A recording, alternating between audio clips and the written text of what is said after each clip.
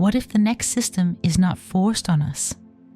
What if it is chosen by us, not out of fear, but out of comfort? We argue about politics, left and right, nations and leaders. That circus distracts us from what is actually happening. Some say chaos is coming, that what we see now is just a smokescreen before a larger shift. But no matter how divided world leaders seem, there is one common denominator, one direction almost everyone is moving toward: digital systems, AI, and automation. And we should remember that when everything becomes digital and centralized, everything also becomes switchable. Not everything that works is free.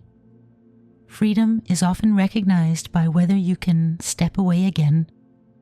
Some traps are only felt when you try to leave. Changes always feel big in the beginning, but they become dangerous when they no longer feel like changes.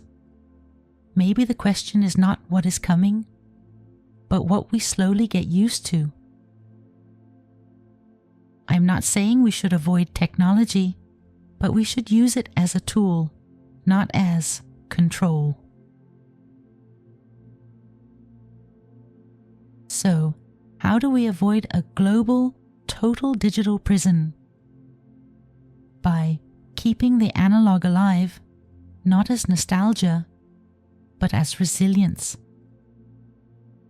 It also requires that we accept something modern society prefers to remove: uncertainty. A society that can tolerate mistakes and doubt has less need for control. But a world that cannot live with uncertainty will sooner or later try to control everything. That is why it is important to teach the next generation something radical: how to be bored, how to sit in silence, how to think without constant feedback. And here is the final thought: a digital prison only needs enough people who trade responsibility for comfort. Your future is decided by what you accept. Quietly.